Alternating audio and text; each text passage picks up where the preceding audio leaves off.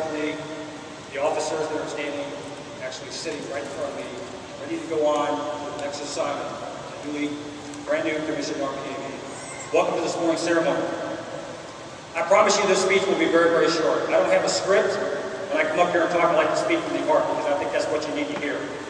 I've been through a lot of graduation ceremonies, whether it's college or whether it's military, and about after the first 10 minutes, I think the speaker begins to lose the audience because if it's too long, you're not going to listen. I remember my graduation almost 30 years ago, sitting where you are right now. The guest speaker left me with 3 key things to take away, and I've got those here today. And that's what I want to share with you. It'll be very, very short. But I think if you can walk away with these deep dreams, you can walk away with something and go out there and carry forward what we're expecting you to do to the next level. You know, this is a proud day for everyone, especially for the family members who have sacrificed and put up a lot. The Dash 10, Chapter 5, and Chapter 9. I know that the spouses out there know what I'm talking about because you probably helped your spouse go through that piece of it. A lot of intense studying. A lot of effort goes forth, bringing you up to speed to where we are today, to the instructor pilot staff, the entire USACE command and staff team for what they do. Can we please give them a round of applause for everything that they do for us?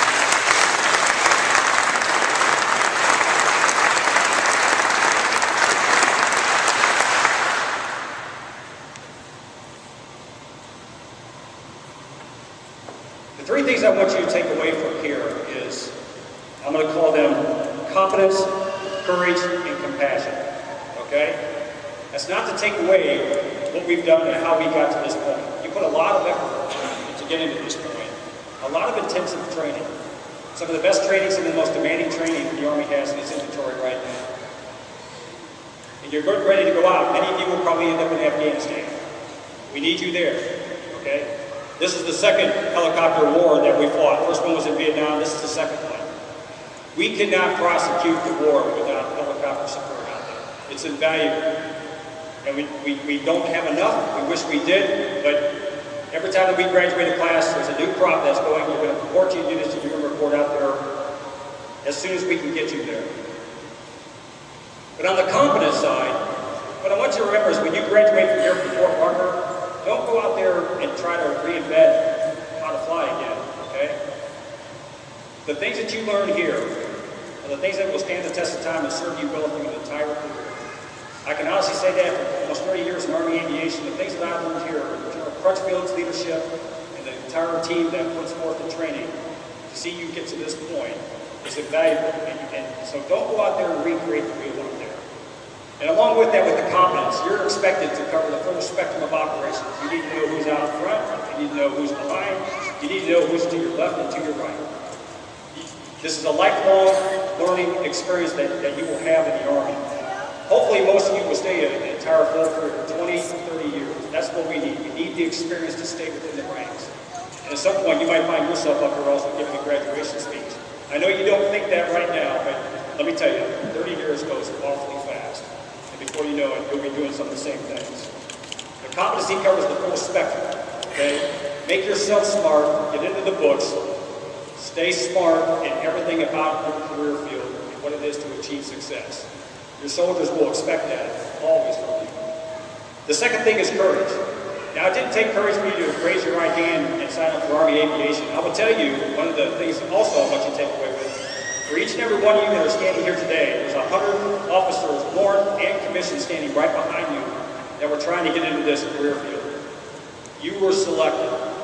You were selected because of those leadership qualities, those leadership characteristics, those traits that we look for as the bedrock of an Army officer.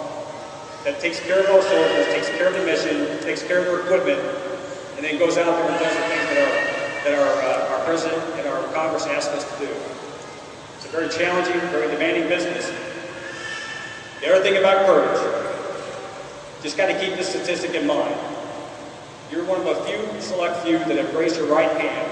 1/2 of 1% of the entire United States population raises their hands to come into military service. I see many of you right now are combat veterans out there. So you know what it takes. But you all, and the ones that went before you, and the ones that are currently prosecuting this war, are carrying the heavy load for the country. And it's a very heavy load. When you get to your units, you've got to watch your soldiers. You've got to watch them very carefully. That goes into the compassion part, the third bullet that I want you to take away from here. Compassion also equates to caring. We challenge and we target you to go out there and to take care of your soldiers. Now, some people will pay lip service to that. Really good ones will get down deep, get down on a knee, they'll find out what the soldier's all about. You'll find out about their finances. You'll find out if they're having any marriage struggles. You'll find out if they've come back from 1 or 2 deployments, or whether they're suffering from post-traumatic stress disorder. You all need to get smart at that. You need to find out what you know about your soldiers. It's very, very important. They will know if you're genuine or not, and that's the hallmark of a key leader. Those soldiers are also your family, just as much as your immediate family. It's an awesome responsibility that we charge you with, but it's one that I know you'll be proud of and carry it out through your entire career. I know as I look back over 30 years, I would not change one thing that I did. Let me wrap it up with those 3 things that I just talked about.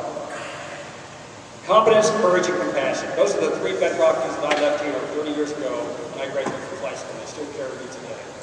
You will come back here. This is a small community. You will see friends. I've got a very good friend out there. He's smiling at me right now. He's taking notes on my speech, which I'm sure I'm going to hear about. We were in the Aviation Officer Advanced Course back in 1989. That's when it first kind of started back then. We have remained friends. He's a close, trusted confidant, and I know he's very proud today as his son, Josh Kelly, Colonel retired Gary and Shelley Kelly have their son in here in this audience. I know how they feel as my son graduated from here 2 years ago, and he is now in Afghanistan. Very proud of what he does and what he represents.